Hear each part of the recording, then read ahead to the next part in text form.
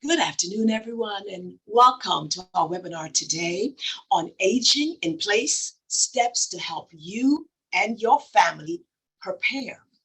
We are joined today by Keisha Lewis, our presenter, and Keisha is a practicing occupational therapist and a certified diabetes care and education specialist with more than 17 years of experience working in the fields of human services, mental health, and physical disability. She serves as a consultant with the Health and Wellness Program for the National Caucasus Center on Black Aging. Yeah. In 2019, Keisha co-founded Weldom LLC, an aging in place consultancy. Keisha's ultimate focus is empowering individuals with the skills they need to be independent in their environment without fear. Keisha, thank you again and welcome. The floor is all yours. Thank you. Thank you, Ms. T. So Ms. T has already introduced me, but as she said, I'm Keisha Lewis. My background is in occupational therapy, and I'm a certified aging in place specialist. So my passion definitely is to have people age in place, definitely without fear. And so our presentation today is going to cover My Home for Life.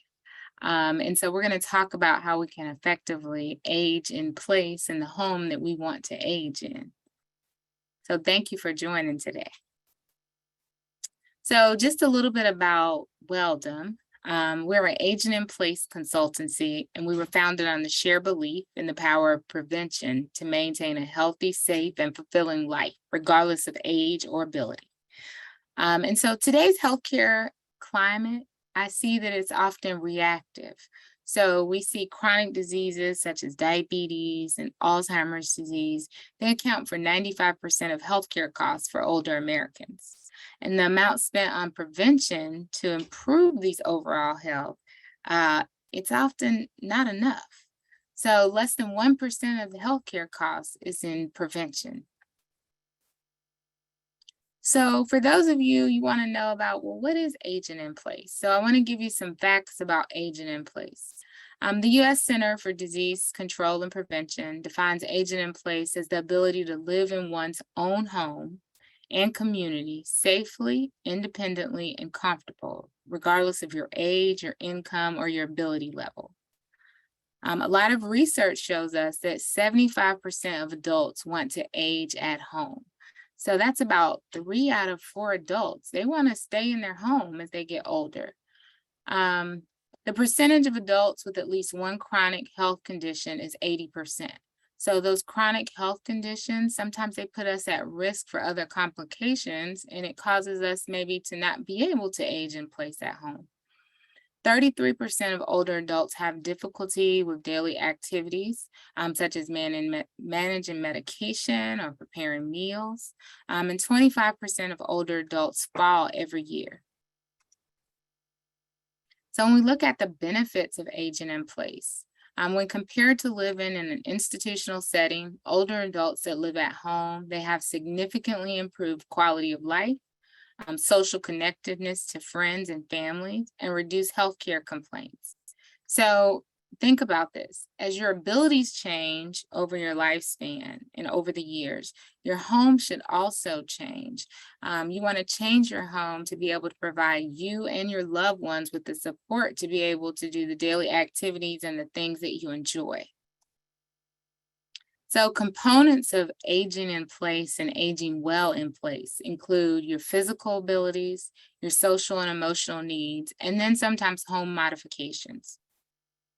So first, we're going to talk about your physical abilities. So in the next slide, we focus on your strength. So our muscle strength grows weaker at the age of 30.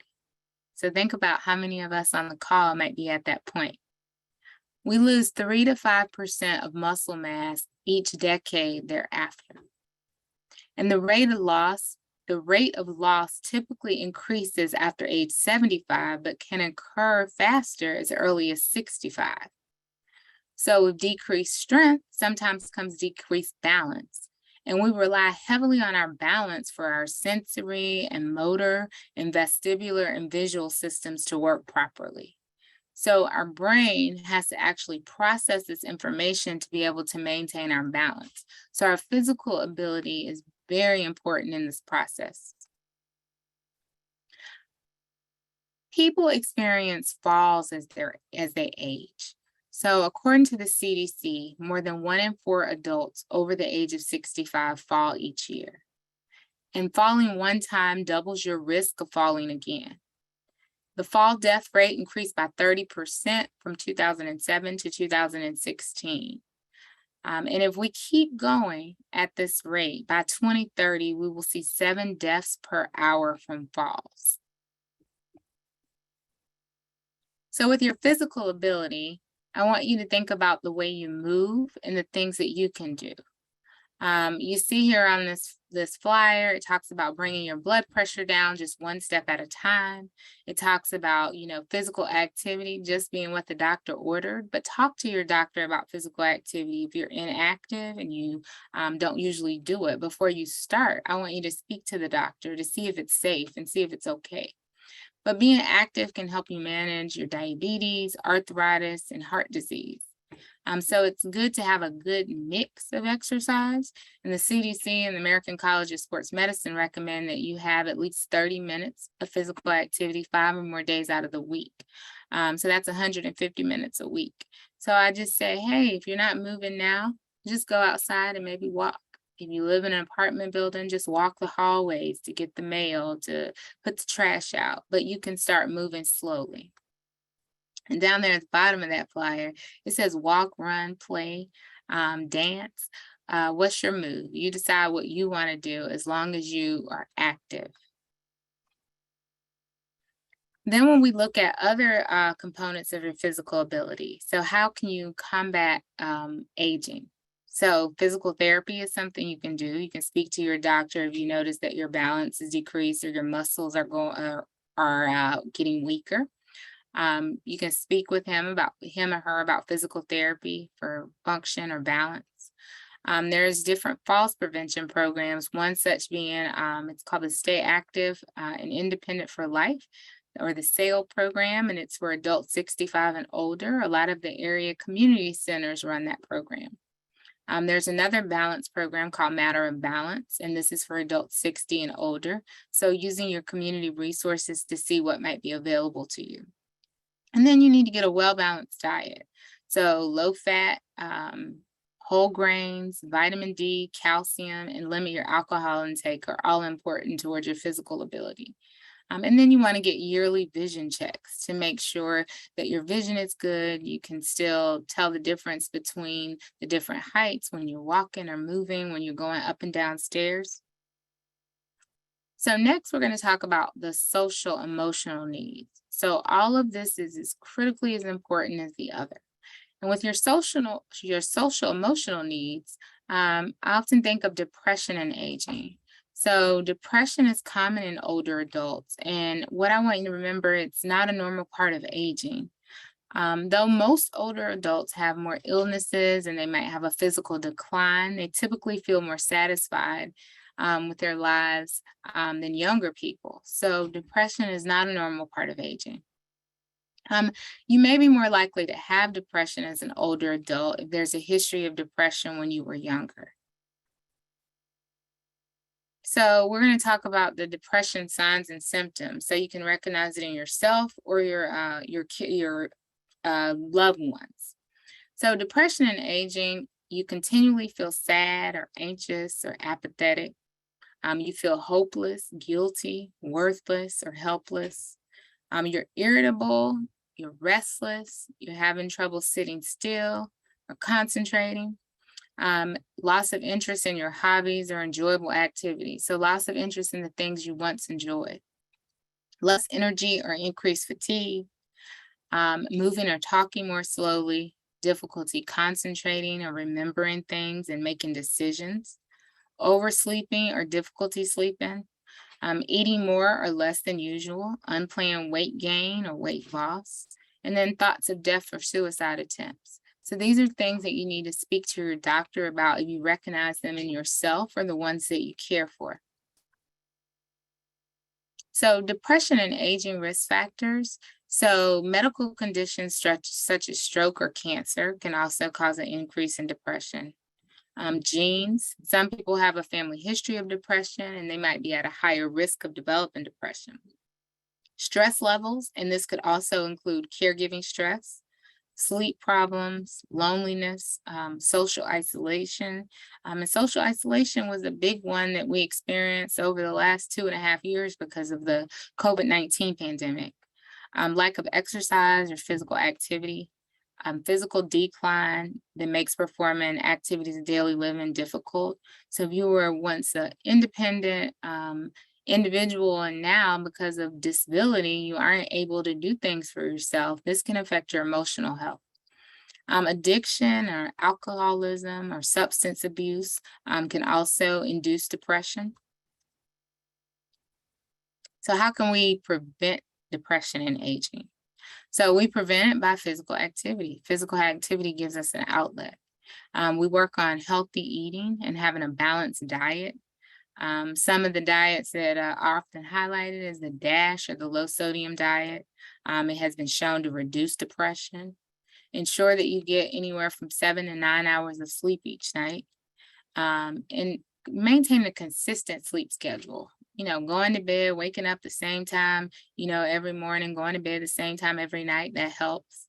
Maintaining your social connectedness with friends and family. That has been difficult over the last 2 years, but we all came up with this platform called Zoom, and we started to be able to see our family and our friends again, if virtually. And now, since we've been vaccinated, we get out and see our friends and family a little bit more. But that's important that you maintain that social connectedness. Then participate in activities which you enjoy and find pleasurable. And tell someone if you're experiencing symptoms of depression. Talk about it. To keep that in, to hold that in, is not going to be able to help you in how to cope and deal with it. So some of the resources for social emotional needs. This is a website, and at the end, if we have time, I may go back to it, but it's called MindWise Innovations. It's help for you and others, and it just focuses on good mental health. Your local senior programs that have adult mental health services, look them up and see what is available in your area, because we're all in different areas. So we need to look at our local neighborhoods and what's available. NCBA, they're a resource. They have resources on their website. We have some videos listed that highlight some things. So use NCBA as a resource. The Geriatric Mental Health Foundation, and the link is there, and we could put some of those links in the chat for you. But that's also another resource to support your social emotional needs. Then we get to the home modifications part of aging in place. And so the home modifications part, when you think about it, most housing in this general area where we are in the DC metro area and many other areas, they weren't just built to support aging in place. We have older housing. And at the time, that wasn't something that was thought of or something that was discussed. So home modifications can help you make your home better, make it better for you at this time. It meets your needs by making activities easier, improving your health and wellness, and reduce your chances of falling. So home modifications is a process of adapting your living space to improve its use, its safety, and its independence. It's typically done through an assessment of your personal needs and providing recommendations for those needs. Recommendations include changes or additions to the home environment. Sometimes we emphasize what's called universal design. So we create spaces that are accessible for all people, regardless of age, disability, or other factors. So home modifications could range from something as simple as cleaning the clutter in your house or off the floor, or improving the lighting or removing throw rugs to help prevent falls, or it could even be more complex, such as installing a stair lift to help you get up and down the stairs, renovating a bathroom to make it easier to get in and out of the shower, or making it more accessible for someone who has mobility limitations, or maybe you need to navigate using a wheelchair in the house or a walker, but your doorways were too narrow. So when we look at pitfalls in the home, when you think about where falls occur at home, 55% of falls actually occur inside the house. Another 23% of them occur near the house, and 22% of them occur away from the house. So that's in a community setting, like maybe the grocery store or the Target or the Walmart. So every 19 minutes, an older adult actually dies from a fall. So we want to think of ways to make your home safe, so you don't experience those falls. And then when we think about considerations for staying at home, things that you can consider is ask yourself and look at your loved ones and ask yourself the same questions. Can you get into and out of the home safely and easily? Can you easily go up and down the stairs in your home? Are there rails on both sides of the stairway? Do you need help standing up from a seated position? Is there enough lighting in hallways or other places in your home? Can you safely navigate the home during the night when it's dark? Are there rugs or other items on the floor that might cause a fall? And is there a need for supportive and safety features in the bathroom? So if you answered yes to any of those questions, it might be time to think about what you can do to age safely in place at home. Okay. So this is a helpful tool that the CDC has put out. It's a home safety check to help you find hazards in your home. And the link is here, and we probably can put that in the chat as well later. But with that, you use the checklist and you find hazards in your home and you work on fixing those hazards. So it goes through stairs and steps, taking a look at the inside and the outside. It looks at floors, kitchen environment, bedroom environment, and the bathroom environment. And those are common places in the home where people fall. So you just go through, you answer the questions, and you put the little check marks there. And if you see there's something that needs to be done or area that you need to pay attention to, please do. So to do some of these home modifications, you need to work with people that know what they're doing and that can help you. So if you're working with someone like me, an occupational therapist or a physical therapist or a certified agent in place specialist, we have a background that usually looks at the person as an individual and makes some of these adjustments. Now, I'm not a contractor, so I can't fix things in your home. So when you're working with a contractor, you need to be very specific. Be specific about the work that is agreed upon, have a written agreement for the work. Only provide small down payments up front and stagger your payments, okay? Because you don't want to give someone all of the money and then they don't complete the job or they don't complete the job well. Find a contractor who is a certified agent in place specialist. That means that they have some knowledge about what it means to age in place. A list of these contractors can be found on the National Association of Home Builders website. Check for references for contractors when they come into your home. Make sure they're licensed and bonded and insured. And another organization, which I have on the next slide under resources, is called Rebuilding Together. And they specialize in home modification services for older adults that might need financial assistance. So some of these resources, again, I'm Rebuilding Together. It's an organization. They work with veterans and other low-income seniors, and they do essential repairs on the home so you can stay in your neighborhood. And then AARP has a home fit guide.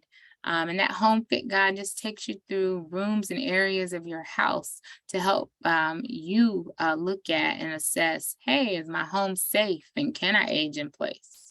And then U.S. Aging. U.S. Aging represents and supports the National Network of Area Agencies on Aging. And a lot of times they have resources related to home modifications that might be able to help out you and your loved ones. So remember, to effectively age in place, you need to have that physical component, the social emotional needs, as well as the home modification piece. And that's very, very important.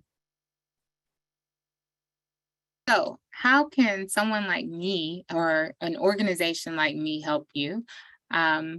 What we do is we look at the whole person and we address all of your needs, from bigger challenges like adapting your home and understanding your disease potential, progression of health needs like balance, blood pressure, medication side effects, self-care, activities, disease education. So we look at who you are and what you need at the moment.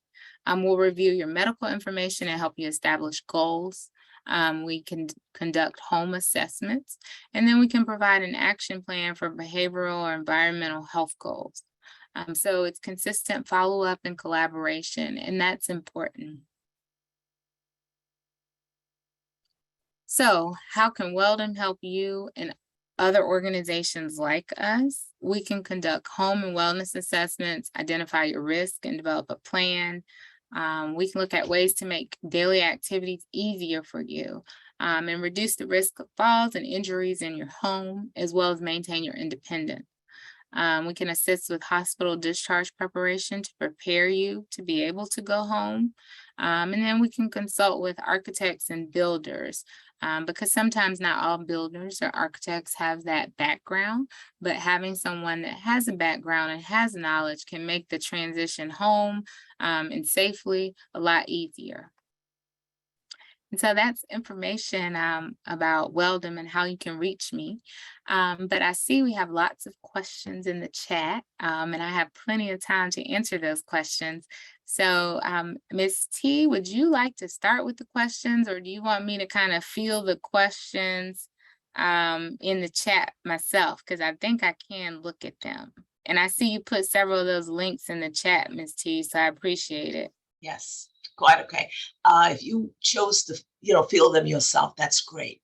Okay, that's Okay. great. So the first question I see is, could I explain vestibular? So your vestibular system is the system that controls your balance from your inner ear connection. And sometimes when your vestibular system is I'd say out of whack, for lack of a better word, it can affect the way that you walk, you stand. It can cause you to lose your balance.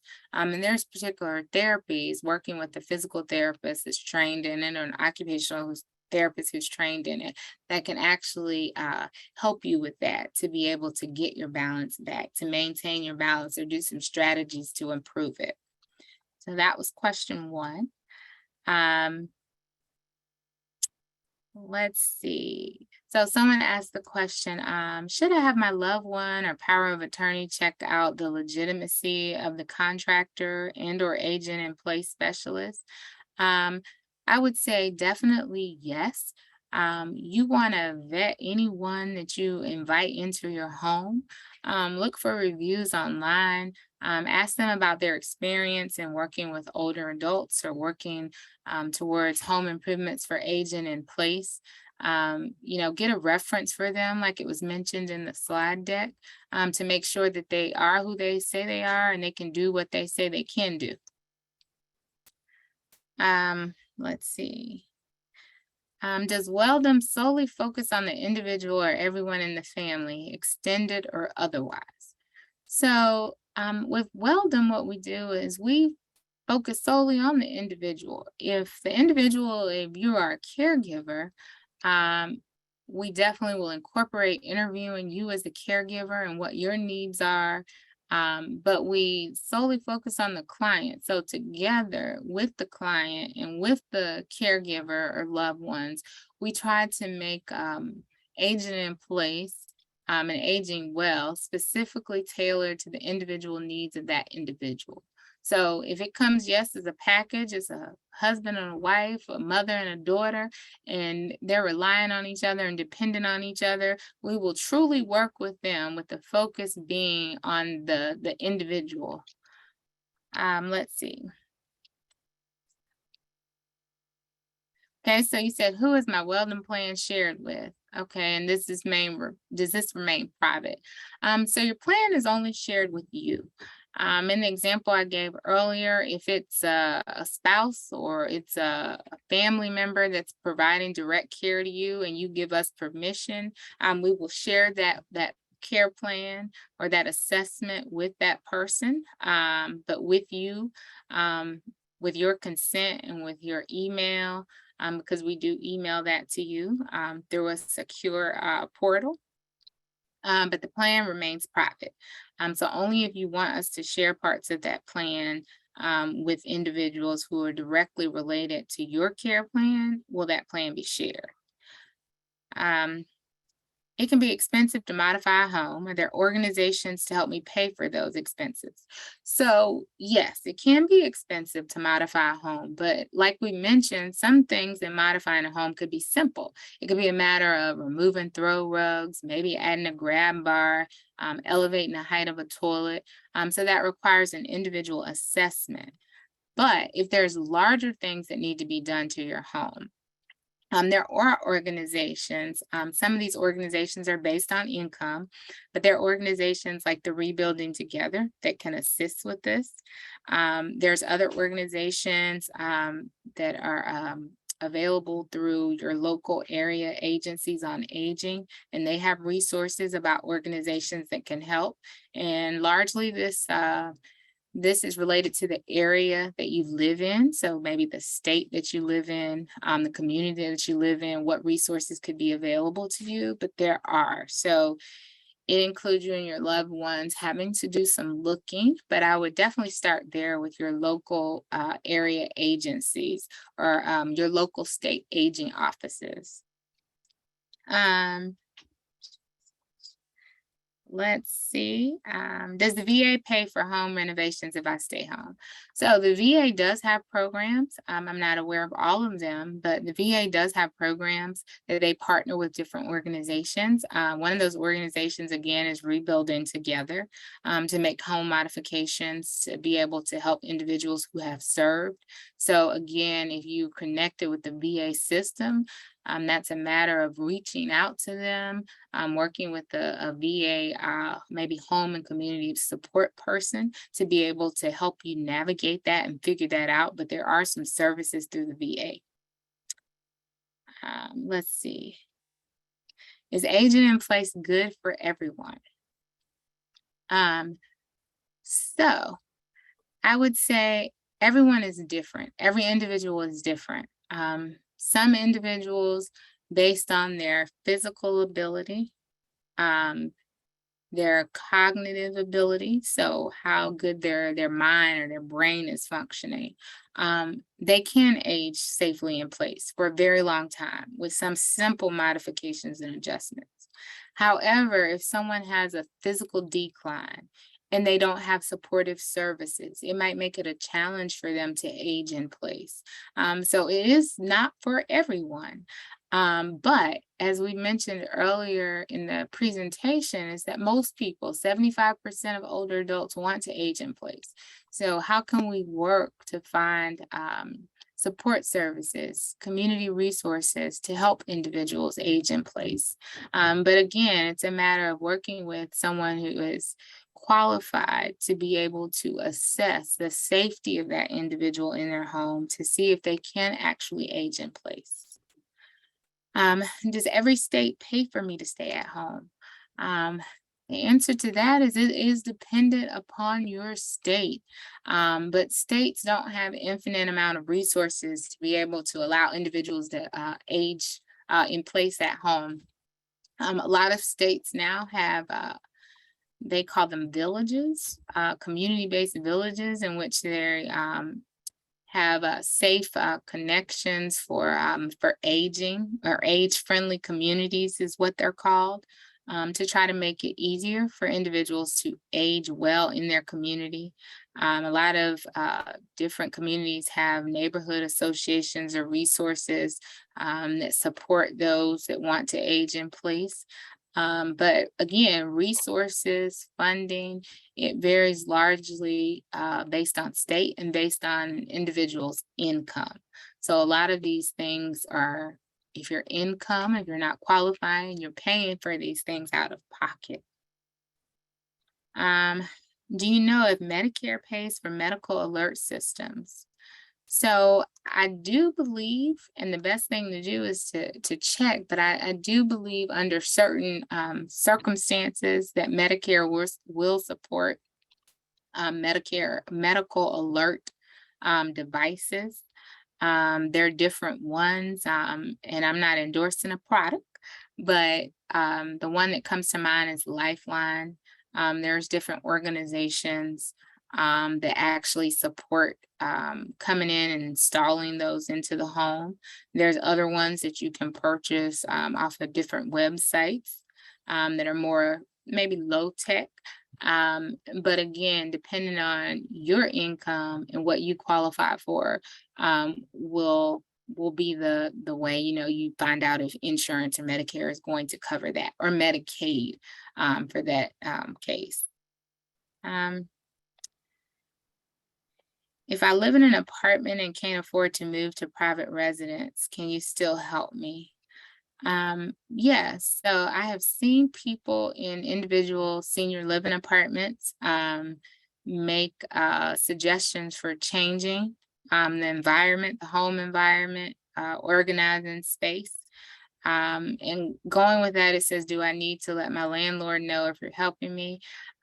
You don't need to let your landlord know that that we are helping you. However, if some modifications have been recommended to include adding something to the apartment, like a grab bar, you would have to then let your landlord know because it's adjustment to the space that you're living in. If it was a grab bar or a ramp or railing, that you would have to let your landlord know. Can you please elaborate more on the DASH diet? What other diets are good? So the DASH diet is a low sodium diet that has been studied through the years. It's been shown to reduce heart disease, lower your blood pressure, and it's been good for individuals that have diabetes. So it's a low sodium diet. Other diets that are good, I always say just healthy eating. You want to have a balanced diet. Sometimes you hear about the Mediterranean diet, which is, a diet that is low fat, usually a lot of fish, fruit, and also limiting like sweet foods. With the Mediterranean diet, you're using olive oil, so good fats, good healthy fats. But I like to say it's just all about balance. You have to, have a nice plate, a colorful plate, not too much of one thing over the other. Watch your sodium intake, definitely, to watch out for blood pressure. But everyone has individual specific needs. And so if you have concerns about your diet, one thing that is covered through insurance is medical nutrition therapy. So with your Medicare plan or with private insurance plan, you can see a dietitian for medical nutrition therapy to talk about your specific needs and what you specifically need. Food is expensive. I have a limited income. Can Weldon help me figure out my diet and food choice? So food is expensive right now. And having a limited income, it definitely can be a challenge to the cost of what food is now. But looking at what you have in your individual cabinet and cupboard, again, I would suggest working with a dietitian. Receiving that medical nutrition therapy benefit is actually is what I would recommend. Typically, my organization, Weldon, we do not come in and we do not help you figure out a diet and food choices. but working with a dietitian through what is actually covered through your insurance, they can help you problem solve on what you have, what your resources are, and what a typical meal might look like for you. Does Medicare and private insurance pay for Weldon? So Medicare and private insurance does not pay for Weldon. So my organization is private pay for home assessments. Now, if you are seeing a physical therapist or occupational therapist for a home safety assessment with services that are needed for physical and occupational therapy that are medical necessary, Medicare may pay for a home safety assessment. And that's usually you're requiring like ongoing services. What Weldon does is we just come in and look at the safety of your home and make recommendations. We do not see individuals for therapy services. I need night lights, but electricity is expensive. What should I do? An option for you is to potentially have motion detector lights. So night lights that you have to plug in that continuously use electricity at night. If you're worried about that being a cost or a concern, what you can do is you can put the little night lights on. You can buy them from Amazon and probably Walmart. And when you enter the room, light goes on. When you exit the room, light goes off. And that's energy efficient. You can even do that with getting someone to install those type of lights in your bathroom or bedroom, if that's something that you are looking to cut costs on. Let's see, a lot of good questions there.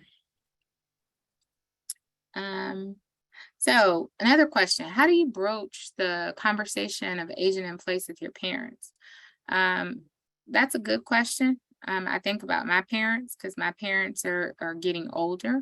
And so I would just say, just start talking about it, have the conversation, say, while you are in good health, mom or dad, let's look at your home. Do you want to stay in your home? Let's start there. Find out from your parents, do they want to live in their home as long as they can? And then talk about, well, what do we need to do to make that happen?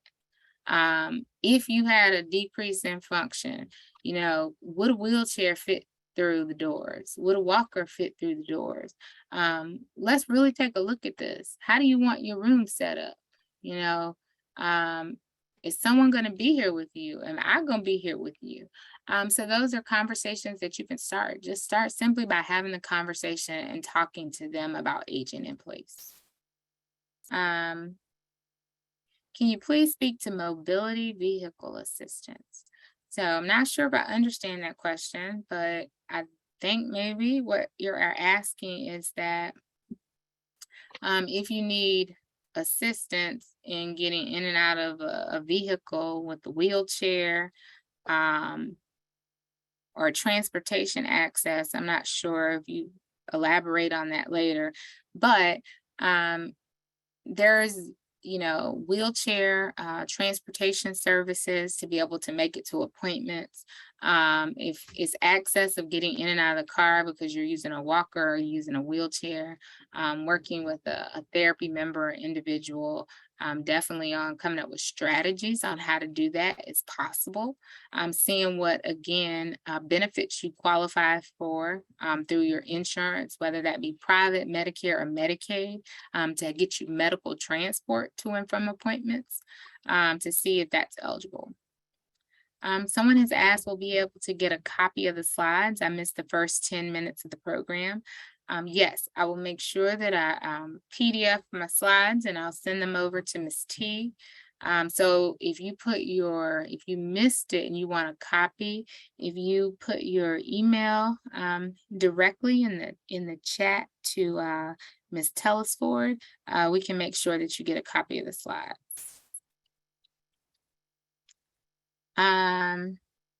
Okay, the 55 and older communities are very expensive. They offer food prep, but I do not need that.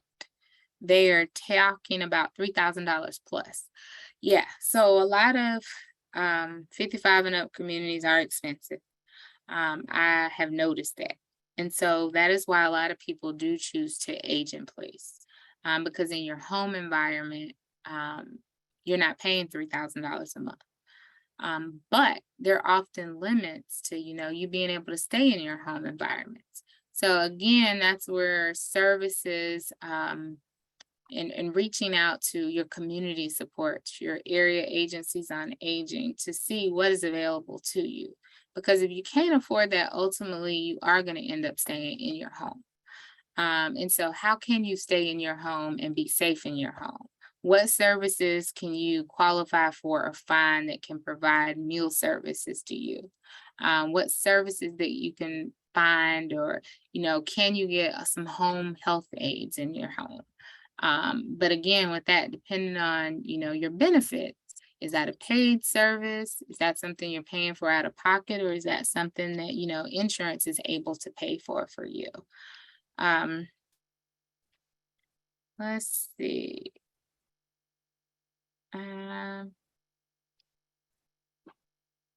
are there different resources than the ones given for younger adults with severe mobility challenges? So aging in place and aging well, we can help with that regardless of age or ability. But also, there's local community disability boards. There's local independent community service organizations that will help you. Whether you are a young adult with a disability or a mobility challenge, or whether you are an older adult. It's just, I specifically have stated a lot about the older adult services, but there are community organizations that help, and my organization will help you at a younger age and a younger age. Um,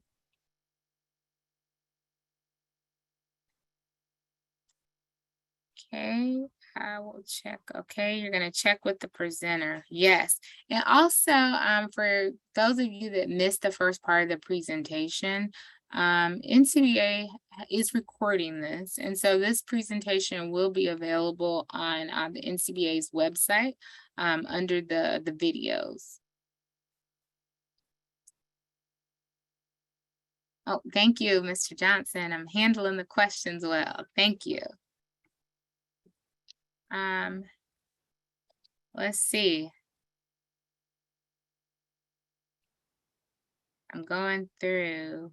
A question, do you need to join a gym? So I would say, because there's a lot of questions here, so I'm sorry. So no, you don't need to join a gym. I always say activity can start in your home. If you speak to your physician and your physician says that it's okay, you got a good, healthy heart, and you definitely don't have any limitations for exercise, you can simply walk. Walking is a great way to increase your activity levels. Let's see, I'm scrolling down to the bottom a little bit.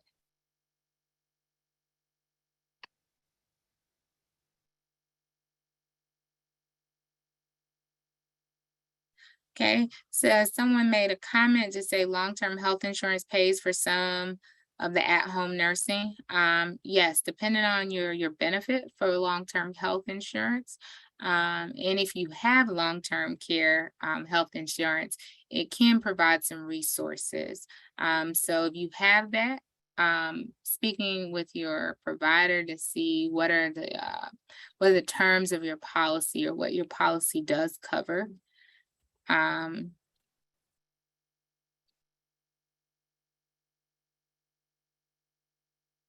Someone said, my husband doesn't like strangers in our home, but we need help aging in place. Do you have any suggestions to help me convince him? So sometimes that's a hard one when you feel like you need a service, but your spouse doesn't feel like they need the service. The only thing I can suggest or recommend is that you say, hey, you know what, there is a service, and I know that I'm having some problems at home, and I am inviting this individual to come into the home to work with me. And sometimes by being there, although it might not be received by the spouse or the other person in the house, they will have a connection once we arrive and start helping or assisting you. And they might join in that conversation. So sometimes it has to start with you being able to, invite someone into the home. Um, Someone else made a comment. Yes, DC has a program under the Department of Aging. It's called Safe at Home. That is true. And that program, Safe at Home, was actually started by an occupational therapist, I believe. She partnered with the DC Department of Aging. There's another program for anyone on the call who might be in the Baltimore area. It's called the Capable Program. It's where a nurse and an occupational therapist come to the home and work with you. Again, some of these services are based on the location where you live, and also income based. And so someone asked, can you speak to the MindWise innovations? So I actually, if I stop sharing my screen a minute, I may be able to pull up the MindWise innovations because I told you all that I would do that if I had time. So I'm finding my link here and I can actually show you what that looks like. If you give me 1 minute here. All right. Uh-oh, I put the wrong link. All right. So let's see now. I'm trying to share it again. Okay, so I'm sharing that. So this is MindWise. Again, it's you being able to take a screening tool to assess your own risk for depression, looking at your mental health. And so it's for individuals and it's for military individuals and their families. So what you would do is you would just go through. If I was an individual and I wanted to do the screening, I would just click it. And then it asks me questions about how I'm feeling. Once you complete the screenings, you can, it's anonymous, it's fast, it can give you some feedback about it. But if you want to take that screening to assess your own risk of depression, you're able to do that. So I just wanted to show that with you. Now I'm going to stop sharing and I'm reading some other questions. Somebody asked, can I include my aging in place needs in my will? Well, I always think of your will as something that happens after, you die.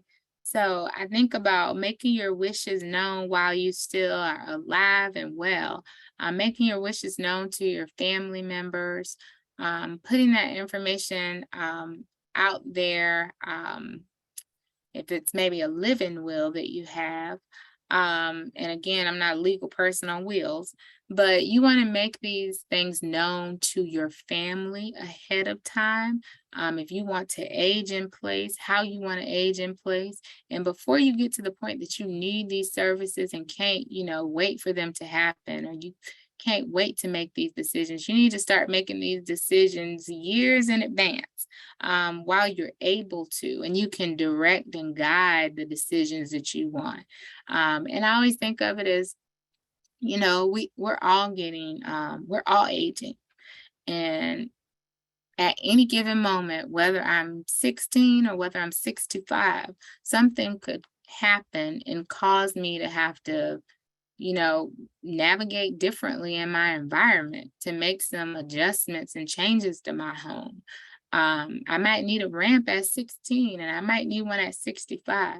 So those are things sometimes that happen at 16 that I definitely I don't anticipate. I'm younger and it might happen, but we need to make adjustments. But maybe when I'm 65, I'm anticipating some of these things because maybe I'm having some health challenges and I want to be proactive. So I don't have to wait until the last minute to try to get things done. I get them done in advance, ahead of time. Let's see. Someone said, can my children get paid to help me stay in my home?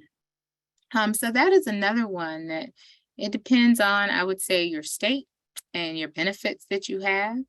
There's not a program that I know that exists through Medicare that will pay for your children to stay with you at home. There are some programs that I'm aware of that Medicaid, based on your state, has, in which your family members can serve as caregivers for you. But again, it's based on state, where you're located, if that is an option or service. And you have to ask yourself too, you know, do your children want to care for you, or does your loved one want to care for you? Because they may not want to. So yes, it's a benefit, but you want someone caring for you who actually wants to care for you and wants to assist you. Let's see. Can I please ask to recap the importance of aging in place? So yeah, so the importance of that, I would say, of aging in place, and I'm gonna go back to my slide deck here, and I'm gonna share my favorite slide from here. I'm gonna go up. I'm sorry, I'm going up. So it's gonna, oops. This was the slide I want to, this one. Okay, so this would be what I would highlight, is that to age well and age in place, you need to think about one's physical ability. So what is their physical ability? One's social emotional needs. Do I need support? I need to be connected with people? Can I be connected with my community if I live alone and I'm aging in place? And then I want you to think about home modifications. So what are the necessary home modifications that need to take place for me to be able to be safe in my home? And it could be simple things, or it could be, more in-depth, things that need to happen. A good example I would have, and I'm looking at my time, but another good example I would have is I have a friend who her parents, they had very steep steps in which I have fallen down those steps twice. And every time I would go visit them, I would say, hey, you know what? You're getting older. They're about 71, 72 years old now. Like, you're getting older. And you can jump up and down those steps now, but at some point you may not be able to. And I don't want to wait until something happens. So maybe last month or the month before, I actually went to visit them. They live in North Carolina. And they had installed a stair glide on the stairs. And I was so happy because I said, hey, you guys did it.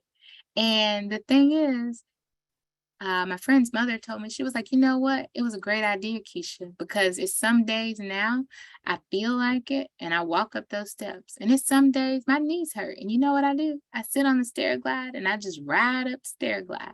And so again, that's that positive thinking, about thinking ahead about what needs to happen. What do I need to do so I can be able to stay in my home on my terms and age the way I want to age. And that's important. Someone asked, what is a stair glide? I'm running out of time. But a stair glide, it actually attaches to the stairs. So there's the railing on the stairs on the right side in their home. It sits at the bottom of the stairs. You need a contractor to do this, so you need someone who specializes in it. And it actually, if this is the rail, you see my hand, it just glides you up the stairs. It's a little seat. And then it takes you to the top of the stairs. And so you just sit on it and you go up, you can sit on it and come down. And it works wonderfully for someone. There's options to rent them and there's options to purchase them. Again, it's just finding the right company or working with the right people to help you find the right company. Is there a link or resource to get information about Medicaid and states so children could get paid? I don't know specifically where that resource would be. I think, again, you would have to look at, go to your state Medicaid site and see what benefits are available, or look for care managers, talk to a social worker. But again, I'm going to say start with your local agencies on aging, the local department on aging by each state, and say, hey, I'm in need of services. What services are available to me? this is my needs, this is my income, what can you help me with? So sometimes you have to get people involved, and they have to ask a lot of questions to be able to help you, but it's worth it in the long run. Okay, so any other questions? I kind of got to the bottom. I skipped some, but I'm gonna go back up and see.